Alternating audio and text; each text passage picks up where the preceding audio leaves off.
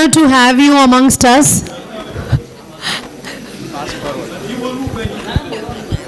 I request CF Anil Shah sir and Advocate Bharat Jani sir to escort Advocate Dhinal Shah sir onto the dais along with the other dignitaries, Advocate Jayesh Shah sir, Hiren Patel sir, Advocate Bharat Dave sir, Advocate K.H. Katharia sir, CA Preet Shah sir.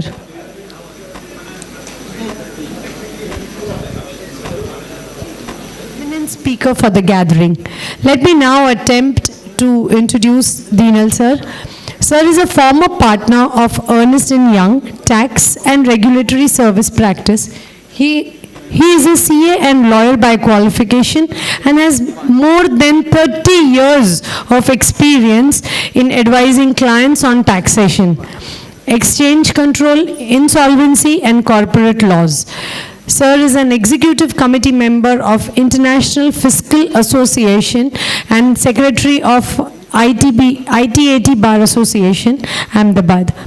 Sir was also a Central Council member of the Institute of Chartered Accountants of India, director of IPA and RVO formed by ICAI, and was the chairman of Direct Tax Committee of the Gujarat Chamber of Commerce and Industries.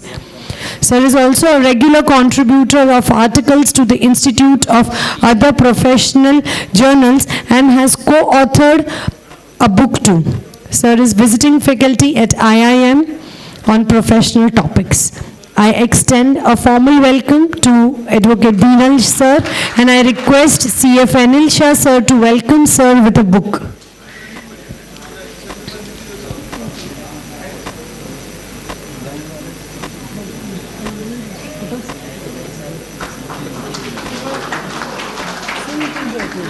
अच्छा हाँ okay.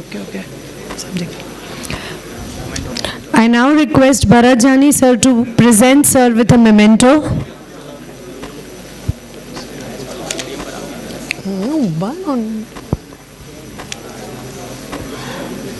So please accept this as a token of gratitude. Ladies and gentlemen, please join me in welcoming Dhinal sir, who will now share his valuable perspectives with us. So the stage is all yours.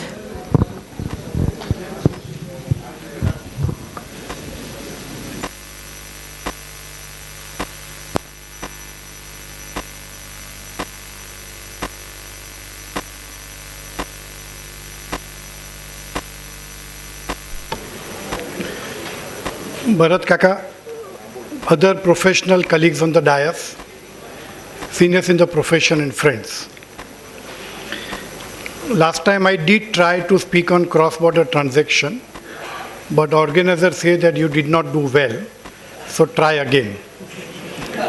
But then I thought that let me also add something on the burning topic of disclosure of foreign assets, and where the department in last few months, I would put it, have issued substantial notices, including people purchase property in Dubai, where all the properties purchased in Dubai by Indian residents, the Dubai government has shared that information to Government of India. And many people in Ahmedabad, in Gujarat, have received substantial notices on these disclosures. So let me go back to the history. From 2012, for the first time, government said that every resident Indian should disclose assets held abroad. As far as income is concerned, it was always in law from Section 5 and Section 6 that if I am a resident but not ordinarily resident, an ordinarily resident, then I must pay tax on the global income. So if I earn an income in Dubai or if I earn an income in USA, and if I'm a resident and ordinarily resident in India, then I'm supposed to pay tax on the global income. But there was no mandate prior to 2012 to disclose foreign assets in my return of income, which is there in many other countries of the world. But India introduced first time from 2012. initially the limits were different. In 2015, the government came out with what is called the Black Money Act, based on certain committees set up by the Supreme Court. And the present government wanted that all unaccounted money parked outside India should be repatriated back to India. And then the present government started efforts in that direction. And the first step was introduction of a Black Money Act in 2015. Then government gave certain amnesty scheme for a particular period of time, that if you have not disclosed in the past, and if you go and disclose those assets now before a particular date, we will not levy the penalties, we will not levy the interest, and therefore you could have a one-time opportunity of disclosing or foreign assets or a foreign income. After that date, the people started receiving notices.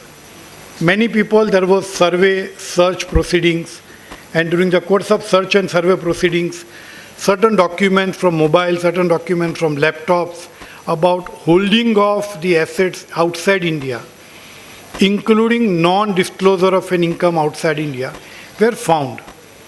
And then the notices were sent under the Black Money Act for taxing that income, for levying of penalty under the Black Money Act for non-disclosure of assets in the income tax return.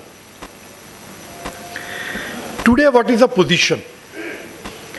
The position of law is that today, under section 139(1), if I am otherwise required to file my return because of many criteria, because of my particular threshold of income, in the income tax return, there is a specific schedule where I will take to that schedule where you are obliged to disclose your foreign assets.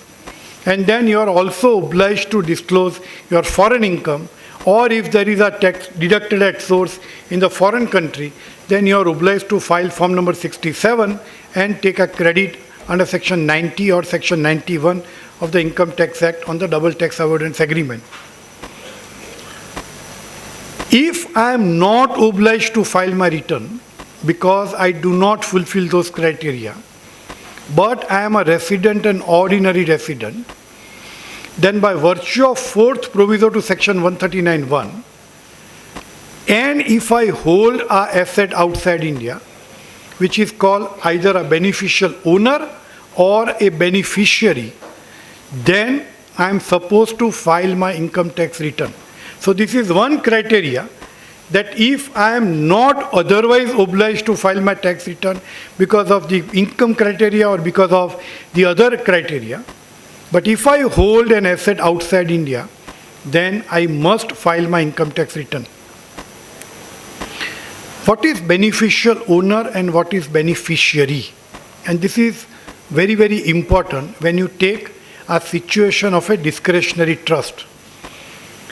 Beneficial owner, which is defined in explanation 4 and 5 of section 139(1), it says, if I have remitted a particular amount outside India to purchase a particular asset which is in my name, then I become a beneficial owner. But if somebody else has remitted a money for my benefit, then I become a beneficiary for the purpose of that particular asset. Right now, I am dealing with a particular trust issue where my great-grandfather was staying in Africa. They migrated to London way back in 1980, and 3 brothers created a discretionary trust in 1980 in favor of the beneficiaries. The beneficiaries, who are second and third generation family members, they migrated back to India in 1988 or 89, and then finally the trust got dissolved in 2018. And then the beneficiaries, which were second and third generation family, they all become an Indian resident, though they continue to be a UK citizen, but for tax purpose they are all Indian residents and ordinary resident. The question is, am I required to disclose my share in the trust, which is a discretionary trust? So two questions. All of us know that in a discretionary trust, I do not know what will I get. I may get 0 or I may get 100. And it is ultimately left to the trustees. In this particular case, the trustees were a professional trustee called a bank, and therefore it was not possible for me to direct him to distribute X percentage to me. And therefore the question is, am I a beneficiary? Because explanation 4 and 5 says beneficiary means somebody who has remitted money for my benefit. And if that condition is fulfilled, then I am obliged to disclose. Had it been a specific trust, my answer could have been different, because I know that I have a specific share in the trust of X percentage. But in both the situation, one question for which I also don't have an answer is, how do I know that my grandfather kept me as a beneficiary in the trust which is not known to me? Everybody, for example, today a father prepares a will and he says that he has 2 sons, he gives everything to one son, the other son would come to know only after his death when the will is read. Today I don't know that whether what proportion of income or what proportion of asset is going to be distributed to me out of a will or a benefit or a discretionary trust. Or even if it is a specific trust, my grandfather did not tell me that you are given 25% share in the trust and therefore that is that benefit you should go and disclose. There is no answer to it. But if I read beneficiary definition under explanation 5 to section 139(1), and if I read in the explanation in a spirit position, it says somebody has remitted money for your benefit. The question is, have I remitted money from India, or if somebody remitted money from outside India to outside India? Logically, it is remitted from India by spirit. That is nothing, again, it's a matter of interpretation and I'm making a sense out of it. But ultimately, if money is not remitted to outside India from any of my family members for my benefit, then my personal view that I am not obliged to disclose my discretionary share in a foreign trust which I am not aware at all. But department is not ready to accept this argument. And department says, you fail to disclose your interest. My question to the department is, how do I disclose and where do I disclose? Because if you see Schedule FA, everywhere it says share in the property, share in the name, bank balance, peak balance, closing balance. How do I disclose this information as a part of a discretionary trust?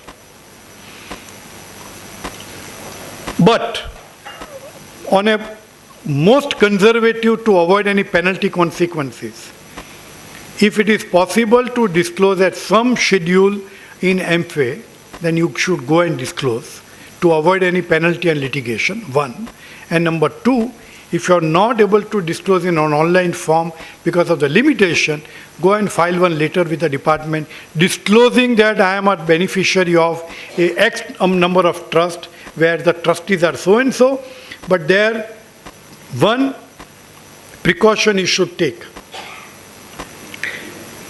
If today an Indian resident has created a trust outside India, then you must verify that the trust is not controlled and managed from India. The moment it is controlled and managed from India, though it is a foreign trust, under section 6, it will have a residential status in India, and therefore you will end up into a different consequences other than the only disclosure of a foreign assets. Because day in, day out, foreign non-resident kids who have migrated to foreign country, they have assets in India, huge assets in India, huge shares in India. Because of the inheritance tax and because of the succession estate duty tax in many large countries like UK, Germany, US, Australia, they want to settle their Indian assets into a trust, which is very, very easy. We can create a trust, you can pay tax under section 161, 164 at a maximum marginal rate, where I don't have an issue. But the second problem is, who would be the trustees? My parents are old, the father is 85, mother is 80, I don't have any other family members in India. Who would be the trustees? If I keep some X person as a trustee, and tomorrow after my father and mother death, if they start behaving differently, where will I take my assets? And therefore, sometimes they come and say that I want to become a trustee. If they become a trustee as a non-resident in an Indian trust, there is an issue on taxation under section 6. And therefore, if you create a trust in India for the benefit of a non-resident beneficiary, you must take care that the trustees are not non-resident, trustees are always a resident for the purpose of India tax purpose. The second situation which all youngsters today face is on the employee stock options. Every large MNC, you take Microsoft, you take Apple, you take Google, have a subsidiaries in India. All those employees working in India, they get shares of the foreign company as a part of the employee stock option plan. Now there are two kinds of employee stock options. One, where they actually allot shares to me and I remit money at a discounted rate. And under FEMA, that remittance under the ESOP scheme is allowed officially. And therefore I can remit the money under ESOP scheme.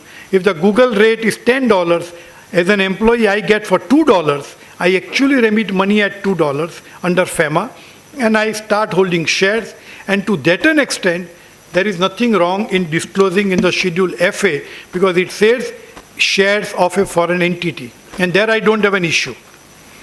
But there is another kind of stock options where it is a notional share which is allotted to me and not the actual shares. I am being told that your CTC is 2 crores, out of which 1.5 crore I will pay you in India as a salary, and I will give you a notional shares of 50 lakhs of a Google USA. Where actual shares are not allotted, I do not remit a pie to them. I only get a later at the end of the year that value of your notional shares is 50 lakhs, 75 lakhs, 40 lakhs, 30 lakhs. And that's all. Recently I came across a plan where an Indian CEO is given a phantom plans of an US LLC, which is not a listed entity, but a notional share in the LLP. The question is, how do I disclose all these assets? These are all notional amounts. Today it would be $100, tomorrow it can be $0, or it can go to $1,000.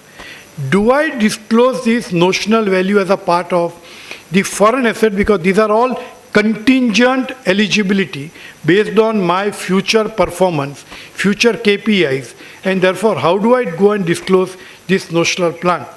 But if anybody of you have read 3 or 4 months back, there was an article in the newspaper where the department has started issuing notices to all employees of a foreign MNC that why did you not disclose the ESOP under the foreign assets disclosure?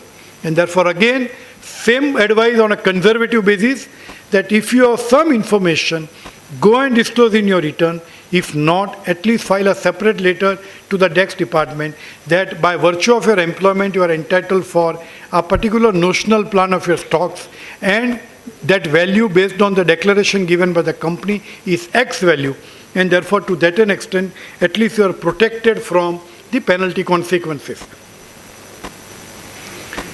And the third issue, before I go to Schedule FA, under section 41 and 42 of the Black Money Act, you have consequences of a penalty. And section 42 says that if you do not disclose the foreign assets under 139(1) return, it says 139(1), that you will be subject to a levy of penalty of 10 lakhs rupees for each year. And then there is an explanation to say, we will not levy penalty if the value of the assets other than immovable property is less than rupees 20 lakhs. Earlier it was 15, now it is increased to 20 lakhs. So if my ESOP value, if my beneficial share interest is less than 20 lakhs, I don't know today what is the value of beneficial interest. I don't know today what is the value of my ESOP value today. And therefore, to take a benefit of this explanation, it's a matter of tuition. And therefore, you must try to disclose these foreign assets to the extent possible, particularly we as a professional. Many clients may or may not be able and transparent with you, particularly where the people have migrated, particularly the next generation was migrated, and therefore many parents have certain assets, certain interest in the foreign assets. Third example, and that is one of the disclosure in the foreign assets. My son is a US citizen. I travel there every 6 months, and I am a joint account holder in my son's bank account. Am I required to disclose? The answer is yes. I am a director of Reliance Industries Limited, and Reliance Industries Limited is a company in Singapore, and by virtue of the directorship, I have an authorized signatory in the Reliance Industries bank account. Am I obliged to disclose? Answer is yes. There is no option that here I am a director, ultimately it is a Reliance Industries bank account, I am only an authorized signatory, I am not required to disclose. People have started disclosing such situations also. And therefore, Reliance will disclose in their balance sheet that I have a foreign subsidiary. The director will also disclose in his personal bank account that I am an authorized signatory of the account in the name of Reliance Industries Limited, where I am an authorized signatory. Similarly, if I am a joint signature to my son account or my daughter account or any other relative bank account in the foreign country, it would be advisable to share this information as a part of disclosure to avoid any consequences. I must admit one thing, that the information which government has from FT and TR, you and I cannot even think of. The trust which I am talking, for 18 years, the Income Tax Department has balance sheet, it has a bank account, it has all the transaction details, who visited, who met the trustee, every information is available. And therefore, even my certain clients had a bank account in HSBC Singapore, I got a notice, you are having an HSBC, this bank account number with this joint holder, with this bank balance, please confirm whether are you having or not. So it's a name, branch, bank account number, signatory and the bank balance. Everything is available. So if I try to become a smarter, I would believe they are more smarter than us. And therefore that information which government has is tremendous. And therefore, please take care that at least you avoid a penalty consequences. Whether a penalty on bona fide basis can be leviable or not leviable, we will see contrary judgments of every tribunal like transfer pricing. And therefore, some tribunals say bona fide, some tribunals say no, and then ultimately you litigate to the High Court and Supreme Court. So therefore, please take care as far as the disclosure of foreign assets are concerned. In Schedule FA, you have A1 called details of foreign depository accounts including any beneficial interest at any time during the calendar year ending on 31st December 23. Earlier, the condition was that you were required to disclose on a cutoff date as per the respective country accounting year. So for example, in Netherlands it is June, you disclose June. In US it is December, you disclose December. If somebody has a November, you disclose November. But now it is uniform, that it is all on 31st December 23. For India, we all know it is April to March. What is depository account, and the second is A2 is a custodial account, is also defined in Rule 114 capital F. Depository account is similar to our depository or a demat account, where I have the accounts where I park my mutual funds in a dematerialized form, I park my shares, I park my any other investments. Custodial accounts is similar to your PMS or an AIF, where they manage my funds on my behalf, and therefore that also I am required to disclose as far as the foreign custodial accounts. Foreign equity and a debt interest, all equity shares, debt interest, securities, debentures, everything I am required to maintain. Foreign cash value insurance contracts, again the same problem. Exactly similar to a discretionary trust. Many large HNI in the foreign countries, 20 years, 30 years back, had purchased large term insurance annuity contracts for the benefit of the family. Now, I don't know whether my grandfather or father purchased his insurance contract. And therefore, again, this is what is called a bona fide or a intentional mistake. But this is one issue where I may or may not have an information. The details of financial interest in any entity or a beneficial interest in that particular entity. So all your LRS investment which you make under $250,000, or you make under the ODI scheme under the foreign, the overseas direct investment scheme of the FEMA, all these interests of the foreign country will need to be disclosed.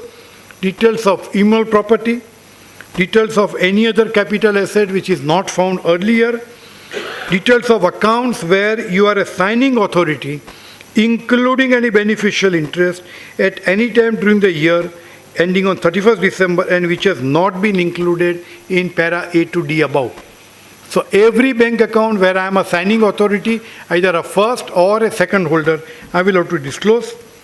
Details of trust created under the laws of country outside India in which you are a trustee, beneficiary or a settler.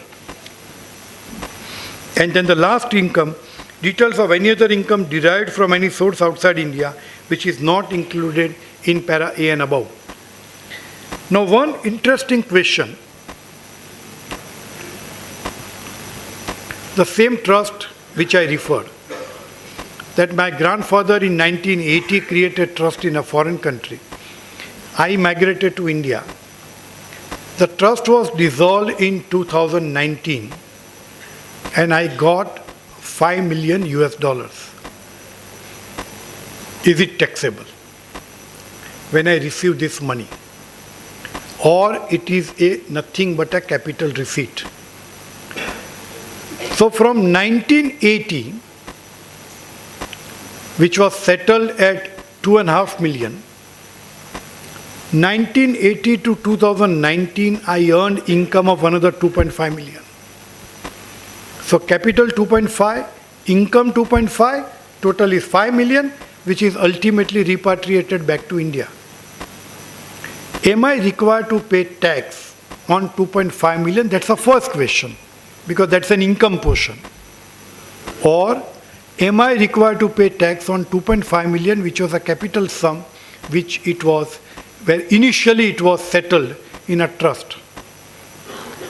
Now, if you see the Black Money Act charging section, section 3456, it says, if you are not able to explain the source of that investment, which is similar to our section 68, if I am not able to prove a source of that investment or source of that capital in the trust, then it falls into a black money.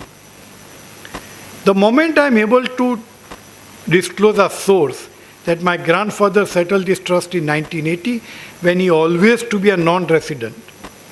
He has never come to India for becoming a resident. It was only the second and third generation came back to India in this. So I have an answer as far as 2.5 million is concerned. The question is from 1980 to 2019, when I earned $2.5 million more, is it an income taxable in India? Now this income was always subject to tax outside India, and therefore I have paid appropriate taxes outside India from 1980 to 2019 till it was distributed. We all know the principles that suppose if I borrow 100 rupees from somebody and I have to pay interest of 9 rupees, I debit interest and credit the borrower, the lender. Next year I pay interest on 109. In other words, the interest which I debit in the books on 31st March, for next year it becomes a part of the capital. And therefore, if I go by that principle, that 2.5 million, out of which 2.4 million was an income which got accumulated as a part of capital, and therefore there is no question of 2.4 million. Say for example, up to 31st March 2019, I got money in June 2019. Then the question would remain that what happened to an income between April 19 to June 19, which is 0.10 million, that do I need to pay tax? So 2.5 million capital contribution, I have been able to explain the source, no issue. 2.4 million income up to March 19, which is got accumulated and credited to the corpus, again no issue. The question is about the 0.10 million, which is an income which pertains to the last quarter by which I got this money. Theoretically, this money could become taxable as far as 0.10 million is concerned. But recently, before a month time, a special bench of Ahmedabad has heard a matter where the judgment is awaited, where the tribunal has to decide an issue that this 2.4 million plus 0.10 million, which is an accumulated income of the corpus, whether it is an income which is taxable in India. There are good number of judgments which says that it is not taxable, it's a distribution of a capital to the beneficiary. And the moment it is a distribution of a capital to a beneficiary, and the trust has already paid tax outside India, I am not supposed to pay tax in India on the date of receiving that money from a trustee as a beneficiary. You have an old judgment of Supreme Court in Kamili Khatau, where the Supreme Court also took the same view, that the distribution of a corpus by the trust is a capital receipt, and therefore that money should not get taxed in the hands of the beneficiary. To my understanding, that principle should hold good, but let's see for the special bench of Ahmedabad what they decide finally. But that is one pending issue as far as distribution of a capital plus accumulated income on the trust, as far as whether it is taxable in India or whether it is not taxable in India. So this is what on the black money. If you have any questions, otherwise I shift to second topic.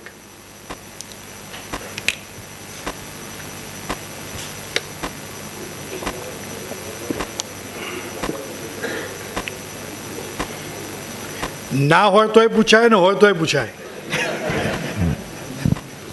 So we can take the કહેવાનું નામ જરૂર નથી હો, તમારે કહેવાનું ક્લાયન્ટનું છે.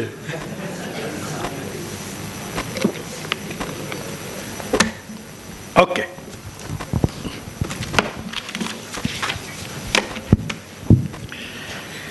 fine. Let me go to cross-border transaction.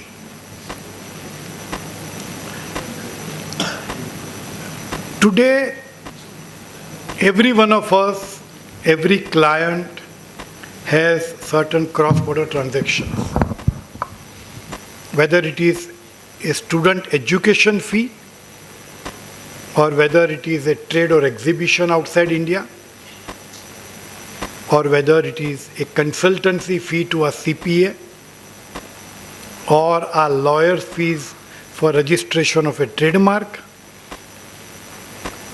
or simple example that I store my data on a cloud computing on Amazon or a Microsoft portal and I make payment.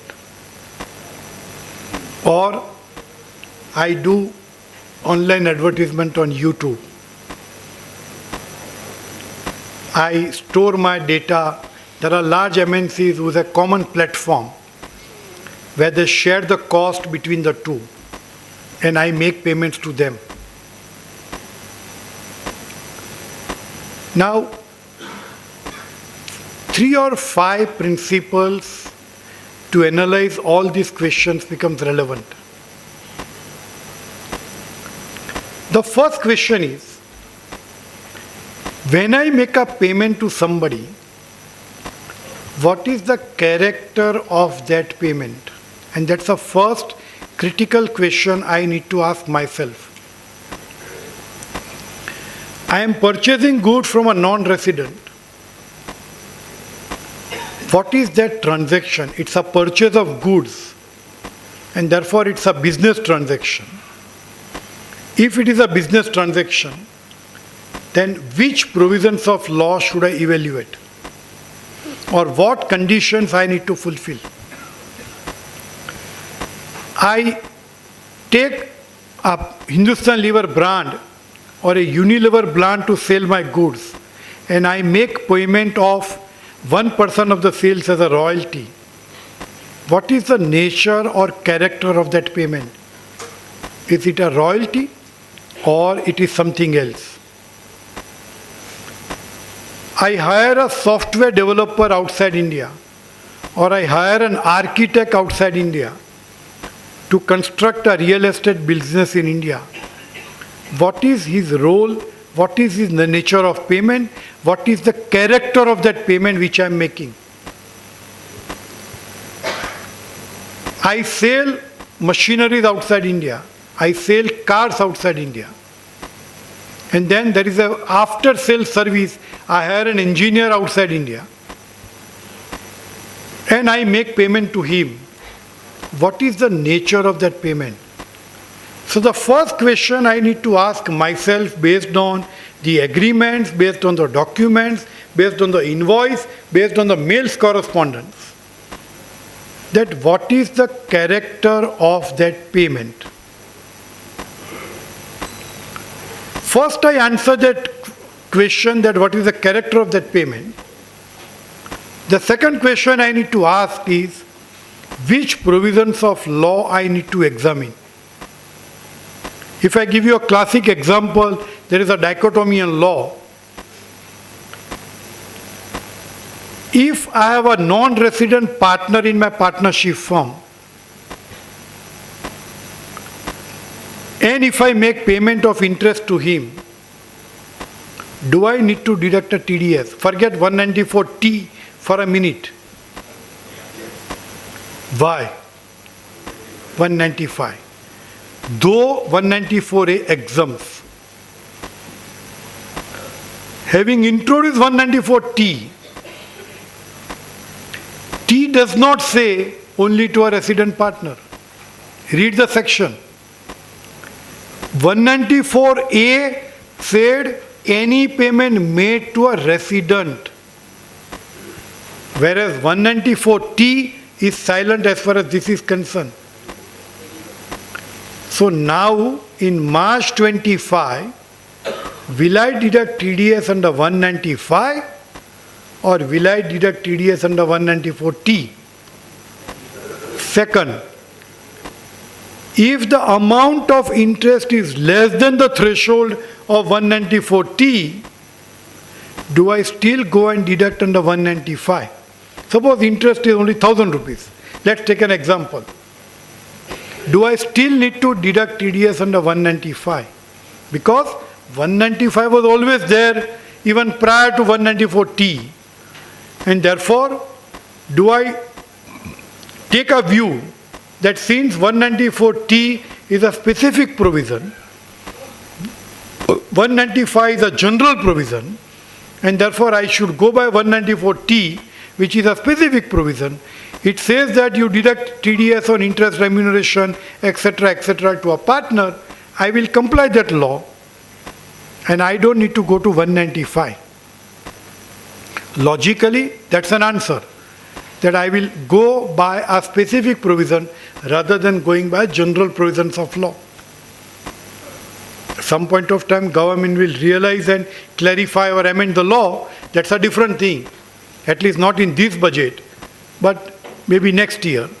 they will realize and correct the mistake. But today, as the law stands today on 31st March 25, my personal view is the specific will override the general provisions, and therefore I will have to deduct TDS under 194T, and I would personally believe that if it is 1,000 rupees or less than the threshold under 194T, I may not go to 195 at all, because 194T gave me a specific threshold for the purpose of deducting a TDS.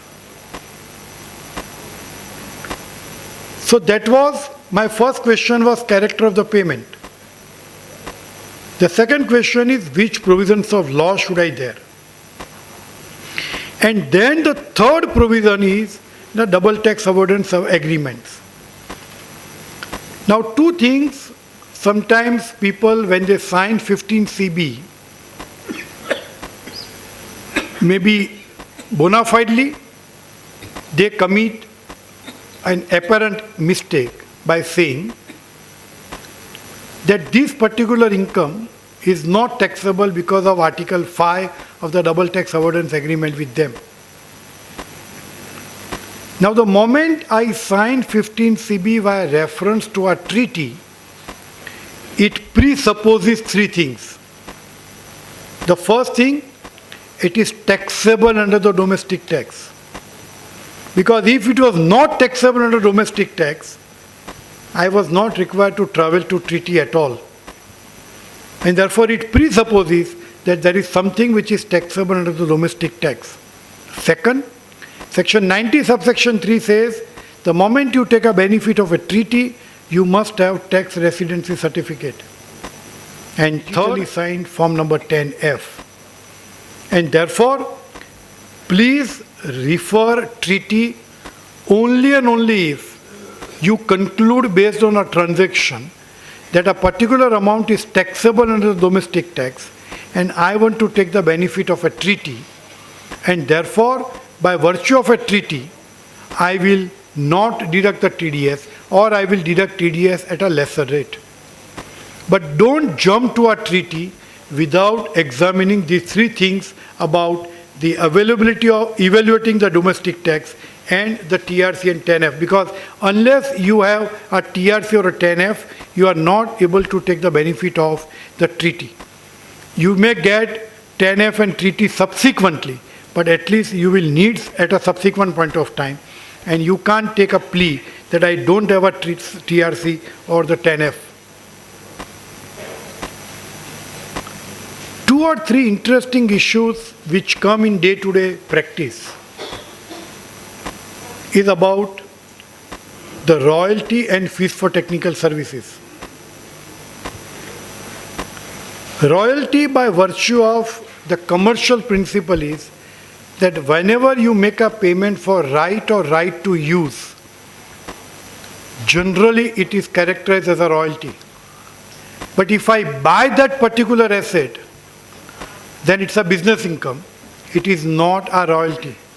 And business income would become taxable in India only and only if a foreign person has a business connection in India.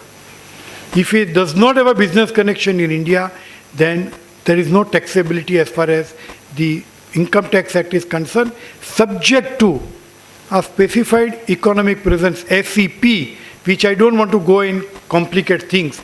But otherwise, there is some law under explanation 2A. There is some proposal in the budget to amend a particular explanation on SCP, which has created many issues. But today, practically everybody is sleeping. Department is also sleeping. We are also sleeping. So let's not complicate as far as SCP is concerned. The question is that if I make a payment for a software, or if I make a payment on storage of my goods on a cloud computing, or if I take certain online platform on a hire to store my data, to display my product, is it a royalty? After the Vodafone judgment in 2012, the government introduced three explanations, explanation 4, 5 and 6, under the definition of section 916. Explanation 4 said, every payment toward a software is a deemed royalty. So if I make a payment towards a software purchase, then it becomes a royalty by deeming fiction under the domestic tax. But that explanation is not incorporated into a treaty. And therefore now Supreme Court in engineering analysis says that if you make a payment to a off-the-shelf software or a standard software which is available like a Microsoft, that amount is not taxable because of the tax treaty under Article 12.4. The problem arises slightly differently.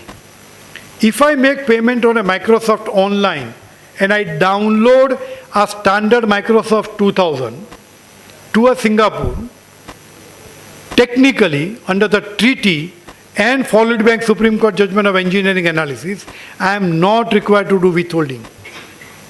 But the problem is, I am taking the advantage of a treaty. The treaty presupposes that I have a TRC and a 10F. Now Microsoft Singapore, which is an online, it is similar to our faceless. I don't know who is there on the other side. How do I get a TRC? How do I get Form 10F? And therefore by default, and if I want to comply law, I am obliged to deduct TDS. And not only at 20%, on a grossing up basis. Because it is taxable in India. Once it is taxable in India, unless he has a PAN or a TRC, I can't take the benefit. He does not have a PAN, he is not giving me TRC, what do I comply? The only thing is to a grossing up under 206AA, and then effective tax would be 25-26%. Now this is a practical difficulty which people are facing. Similarly, people say that I will make payment through a credit card. I will not go to the bank and therefore I don't need 15 CB. The mode of payment does not change the taxability.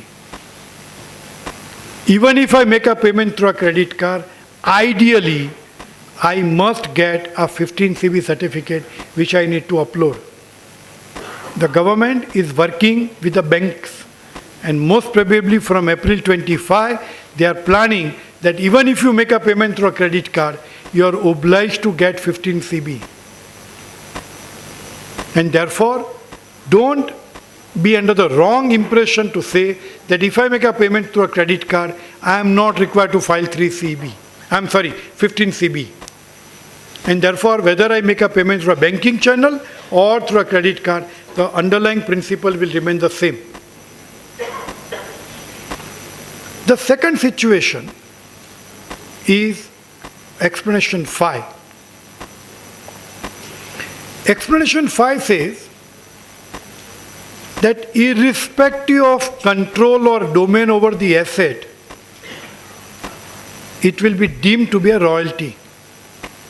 And let me take one analogy. There is an old circular of the CBDT under section 194 capital I, based on Krishna Obera judgment of an Andhra Pradesh High Court, that many corporates today have an arrangement with the hotel that you book 50 rooms for me during the year. Now there are two kinds of arrangement. Arrangement 1, that I go and tell to ITC Narmada that I will need 50 rooms, you give me 10,000 rupees, a contracted rate. ITC Narmada will agree, but today, if IPL match is starting, and if ITC does not have a room, he is not obliged to give me that room at a contracted rate. He will give me only and only if rooms are available on that day. Then it is a rate contract, and that rooms are not under my control or disposal. But there is another type of arrangement with the hotel that I book 50 rooms at 9,000 rupees. Whether my guest will come or whether my guest does not come, I will pay you X amount at the end of the year.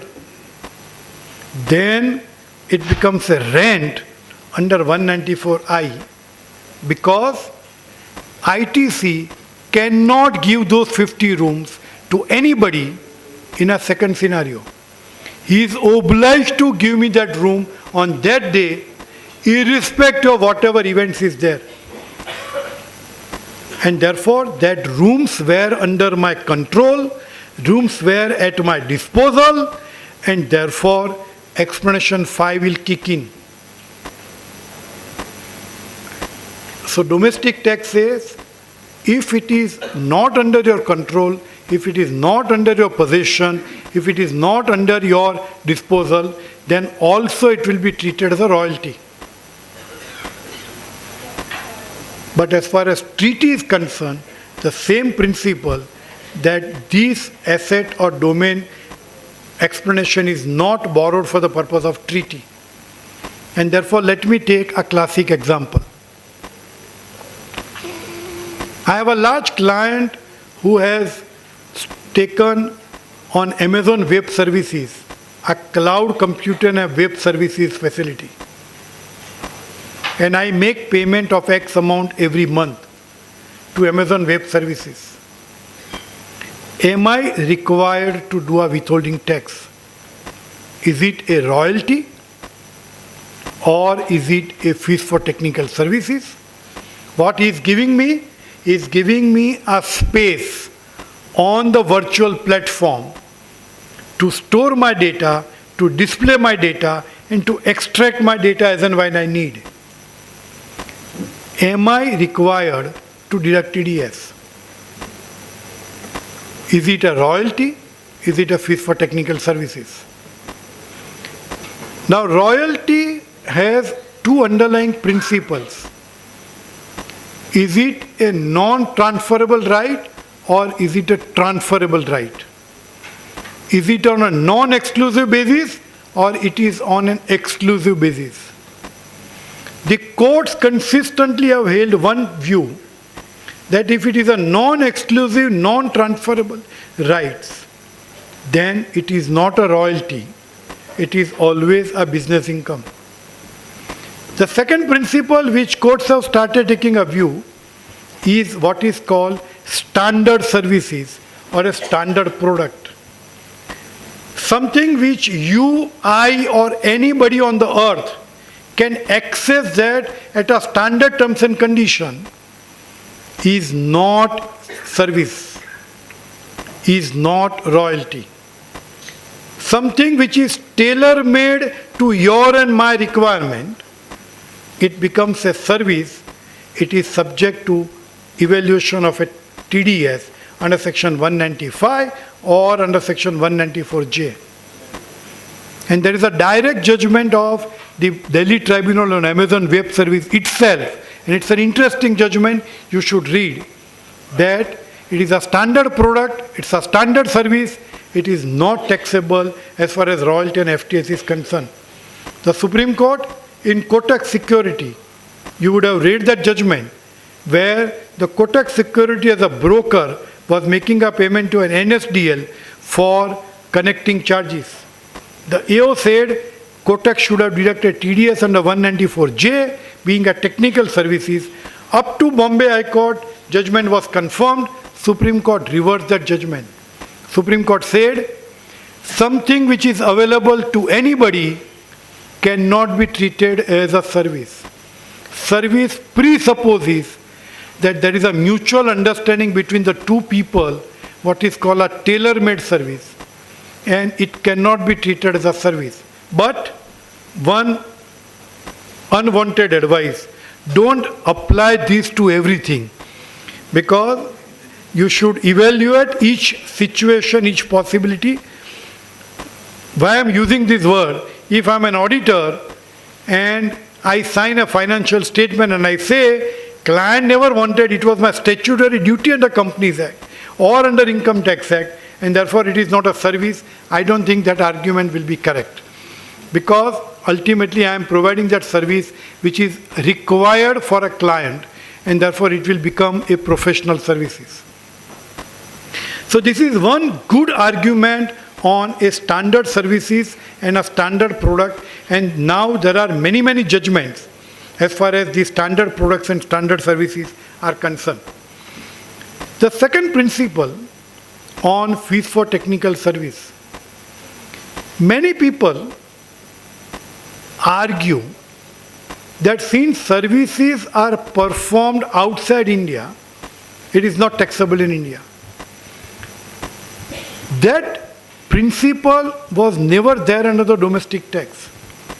Explanation to section 917 always said that principle of performance has no relevance. It is a place of utilization of the service is relevant. In other words, what had happened that when the Vodafone judgment was delivered by Supreme Court, Justice Radhakrishnan gave a separate but concurring judgment, and Justice Radhakrishnan made that observation that services were not performed in India. To overcome that observation, the law was amended. Again, government committed a mistake in drafting. So there was a judgment of a Karnataka High Court which is against the government. Again, the explanation was retrospectively amended to say place of performance of the service has no relevance whatsoever. It is a place of utilization of the service which is relevant. If the services are utilized for the purpose of business in India, then it will always become taxable services as fees for technical services. The second issue which we come across on a day-to-day basis is commission versus marketing consultancy. Every industry, when they make exports of goods and they make payment of commission to the foreign parties. Commission, if I go back to my first analysis, is always a business income. The moment foreign agents do not have a business connection in India, the commission is not taxable in India, and therefore I can actually file Part D of form number 15CA, 15CB to say income is not taxable in India.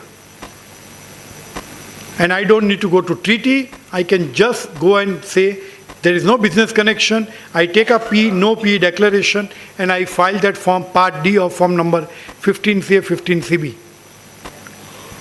But the problem arises that sometimes in a cut, copy, paste, sometimes in a chat GPT format, sometimes in a Google format, we copy certain agreement in such a way that substance of the transaction changes from a commission agent to a marketing consultancy.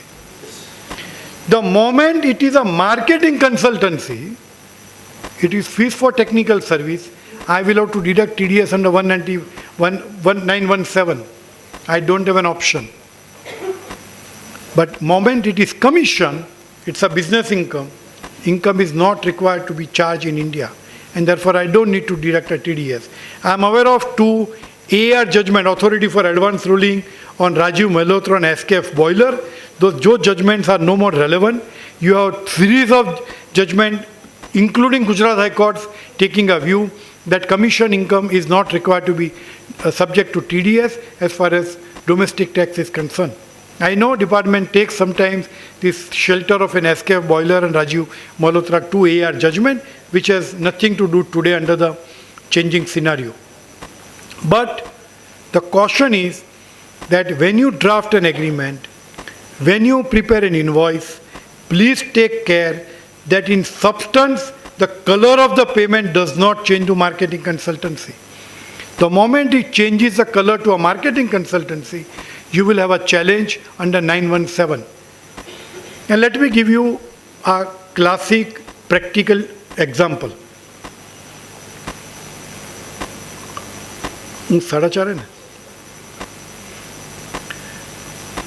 Many SME, mid-sized industries wants to expand the business overseas. I want to export my goods to Nepal. I want to export my goods to Sri Lanka. I want to export my goods to Bangladesh. I appoint an individual in Bangladesh that please help me to market my product. And I will give you 1 lakh of rupee every month. what is the nature of this payment? Is it consultancy or he becomes an employee of my company? I am not going into for a minute section 15, 16, 17 employer-employee relationship. This is not a platform for that discussion. If it is a consultancy, it becomes a taxable under 917 because it is utilized for the purpose of business in India. You have 917 subclause B, which says if you make payment for a source of income outside India, then it is not taxable. Now, mere export of goods outside India does not change the source from India to Bangladesh. Because my management is here, my manufacturing facility is here, my know-how is here, I only have an export customer outside India. And therefore my source of income remains in India, and therefore I can't take the shelter of 917B. And therefore if I make a payment of 1 lakh rupee to that individual in Bangladesh, I will have to deduct TDS under 917. If it is a country like UK, and there is a make available option under the treaty, I can take the shelter of that treaty, but I will need TRC in 10F. If those conditions are possible, maybe I can take a view that it is not taxable. But otherwise, I will have to deduct TDS in a country like Bangladesh. Now he says, sir, I am anyway only getting 1 lakh of rupees, you will deduct 20,000, where will I go? You treat me as an employee. The moment he is treated as an employee, section 912 read with 192, 192 does not say resident, non-resident. It applies to both. And therefore 912 read with 192 says, if the services are rendered outside India, then income is not taxable in India. Bangladesh person has rendered services outside India, and therefore I can remit the payment without deducting TDS. But problem is different. The moment he becomes my employee, I have an obligation of Provident Fund, ESIC gratuity in India and also in Bangladesh on the labor laws related responsibility. So if Bangladesh has similar gratuity PF ESIC, I will also have to get myself registered in Bangladesh, make the contribution, deduct appropriate amount and comply the law in Bangladesh. So now it's a commercial call. Do I want to deduct TDS of 20% or do I want to comply the labor laws in both the countries, whichever is beneficial? But this thing you must evaluate between giving a color of the payment or character of the payment, that whether it is a salary payment or whether it is a consultancy. And the last issue is on explanation 6. Uplinking and downlinking of a data. Now explanation 5, control and domain over the asset or a disposal. Explanation 6 is on uplinking and downlinking of data. And therefore, if right now I make a call to Mrudang, the Vodafone does not dial directly. Vodafone signal goes up, signal comes down. But I don't do TDS when I make a payment to Vodafone on the ground that it's a standard services and standard product. I don't deduct TDS on electricity payment to Torrent Power because it's a standard service and standard product. Though I know there is a dispute whether electricity is treated as a goods and therefore am I required to deduct TDS under 194Q, but that's a separate litigation. I know many industries deduct TDS under 194Q while making a payment to the electricity supplier like Torrent or in Bombay.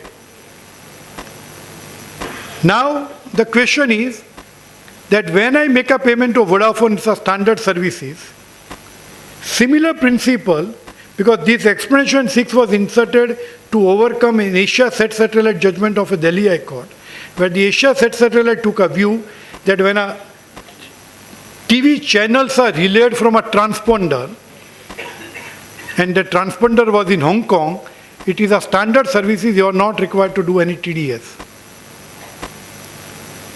But, as I said earlier, on the software, both explanation 5 and explanation 6 are not carried in the treaty, and therefore the treaty continues to hold the view that domain control and disposal principle or uplinking downlinking principle does not get incorporated into a treaty. And therefore now again you have a series of settled judicial principles by tribunals and by High Court to say that if it does not meet the control disposal principle, or if it is a standard product and standard services, I am not required to do any withholding tax, though under the domestic tax I have an obligation. The only additional precaution is about compliance of the tax treaty provisions on TRC and 10F. Last comment, and this is purely academic. I am aware that many of you sitting in this audience may have a feeling that should I be learning this topic or not, and whether this topic is interesting or not. But I can only tell you from my experience of 30 years that this is future, because the way in which the businesses are changing, the way in which the economy is changing, the way in which the technology is changing, this is only future. Thank you. At this juncture, I would like, sir, to felicitate the dignitaries on the dais for their hard work and dedication, beginning with Advocate Bharat Jani, sir.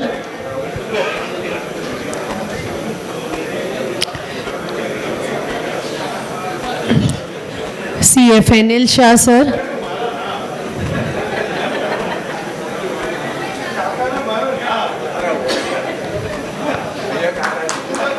Hiren Patel, sir.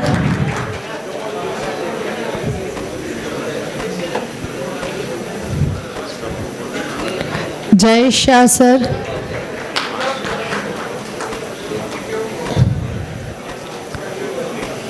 Bharat Dave, sir.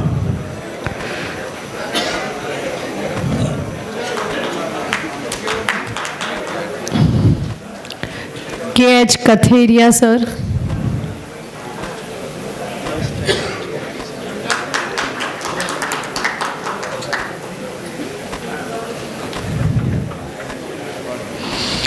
And Preet Shah, sir.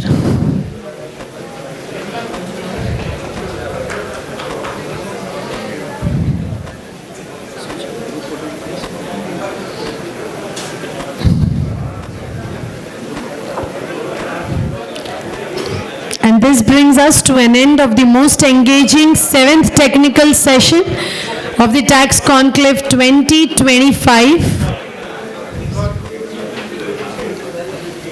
I request everyone on the dais to come forward for gather near the stage.